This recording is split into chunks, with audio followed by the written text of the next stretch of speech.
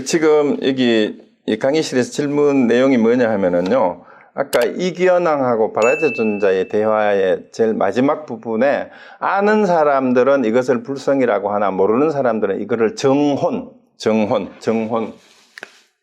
감정 뜻정자하고 혼이라고 한다. 이렇게 이제 했는데 이게 이제 정혼하고 불성하고 차이를 이해를 해야 되는데 여기서 지금 굉장히 델리키트하고 아주 중요한 질문을 해주셨어요. 우리 지금 한국 불교계 안에도 불성하고 영혼을 얘기를 하는데 심지어 초기 불교를 공부를 하고 오신 분들 중에 한국 조계종에서 주가 되는 특히 가나선을 하는 사람들이 본래 면목 참나를 찾는 것은 부처님의 무아사상의 위배가 된다. 이런 주장을 자꾸 하는 사람들이 있어요.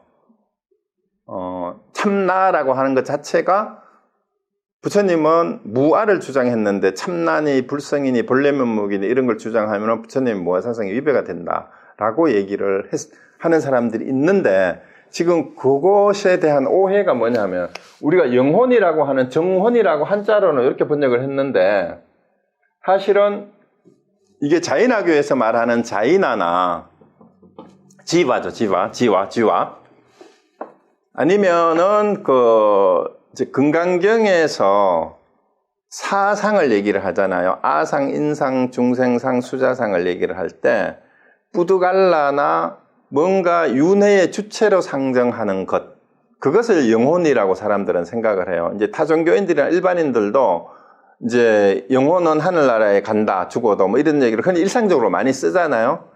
근데 그것은 은연중에 우리에게 영혼, 육체와 분리된 영혼이 따로 있다고 생각하는 거예요. 따로 있다고 생각하는 거. 이제 영혼, 그런데 불성은 그런 거를 얘기하는 것이 아니고, 오늘 계속 얘기를 했지만, 지수화풍을 떠나서 있는 게 아니에요. 그렇지만 지수화풍 자체가 불성은 아니에요.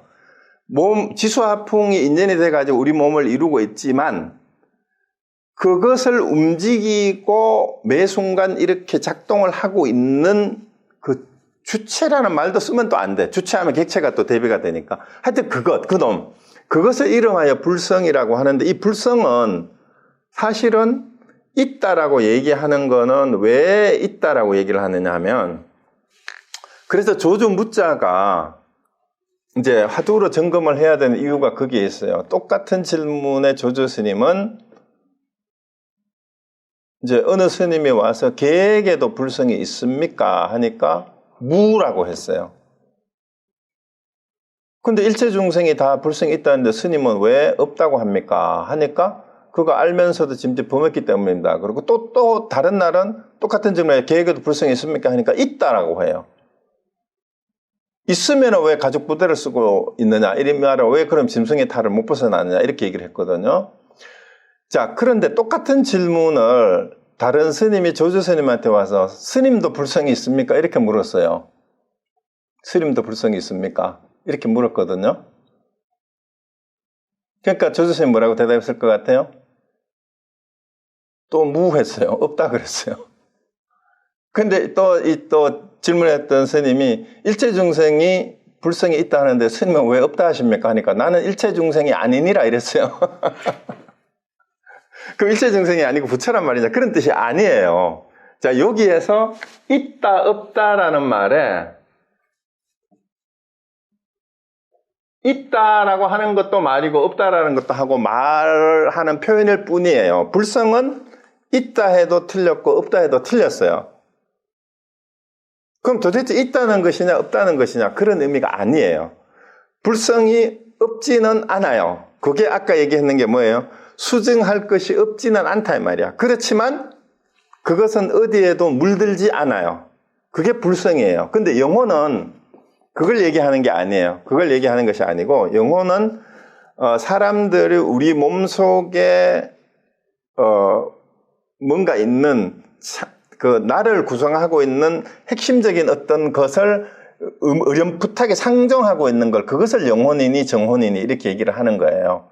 그래서 우리 뭐 동양에서는 혼비백상 그래가지고 혼은 이제 죽으면은 날아가고 100원 이제 흩어진다라고도 뭐 얘기를 하고 하는데, 그거는 우리 불성하고는 관계없는, 이제 불교에서 보면은 일종의 중생상이나 수자상, 그 다음에 인상, 이런 거에 해당되는 것이 바로 여기서 말하는 정혼이에요. 그거는 불성하고는 좀 다릅니다.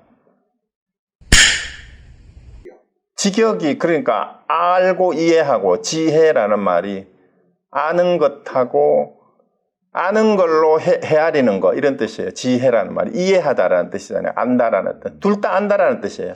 알지자, 해자가 이해할 해자도 되지만 안다라는 뜻도 돼요. 근데 뒤에 정도라는 말이 물이라는 뜻이죠. 물이. 그냥. 물이라는. 예, 정도라는 말은. 신도할 때 그 도자고요. 종은 물이죠. 따를 종자잖아요. 따르는 물이라는 뜻이죠. 예. 지혜 정도. 그렇게 되면은 이제 아르마리로 이제 깨닫지는 못하고 아는 걸로 자꾸 얘기하는 그런 무리밖에 안 된다라는 그런 뜻입니다. 아니요. 자, 지금 질문 내용이 뭐냐 하면은요. 기종화상한테 스님이 어떤 것이 부처입니까? 네가 부처다 했는데 어떻게 보림해야 됩니까? 라고 대답했는데, 그렇다면 그 한 티끌이 눈에 들어가면 혹은 꽃이 여전히 떨어진다, 이 얘기가 그럼 점수가 필요 없다는 얘기냐, 이 질문이었어요.